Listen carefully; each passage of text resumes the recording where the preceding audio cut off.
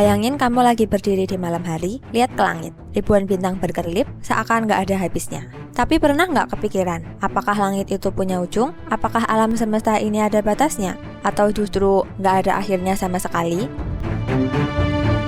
Alam semesta itu mengembang. Ilmuwan bilang, sejak Big Bang 13 miliar tahun lalu, alam semesta terus mengembang. Jadi bayangin, kayak balon yang ditiup, semakin lama semakin besar.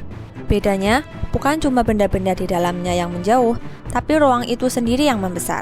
Artinya apa? Semakin lama, bintang-bintang yang jauh bakal makin sulit terlihat, bahkan bisa hilang selamanya dari pandangan kita. Wah, kok bisa? Ada ujungnya atau enggak ya? Pertanyaan besarnya, kalau ruang mengembang, berarti ada ujungnya dong.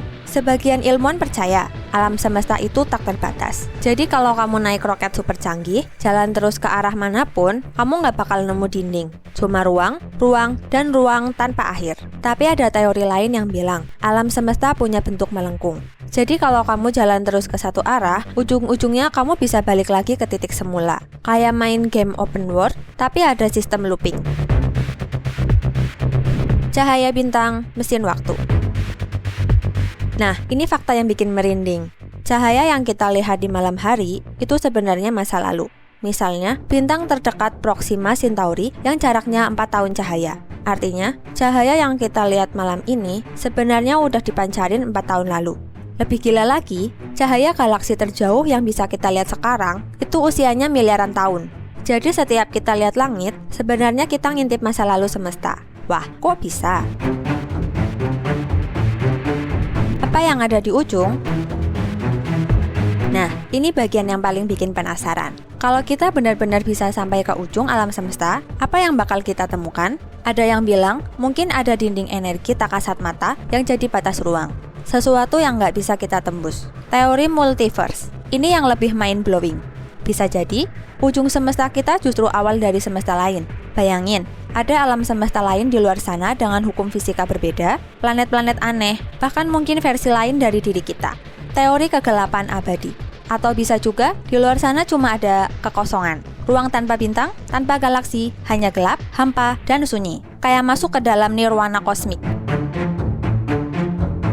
Apakah kita bisa melihat ujungnya?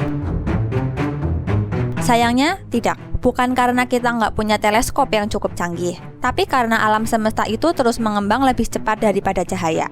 Jadi ada cakrawala kosmik yang mustahil kita lewati. Ibaratnya, kita ini lagi terjebak di pulau kecil, dikelilingi lautan yang makin luas, dan ujungnya selalu menjauh dari kita.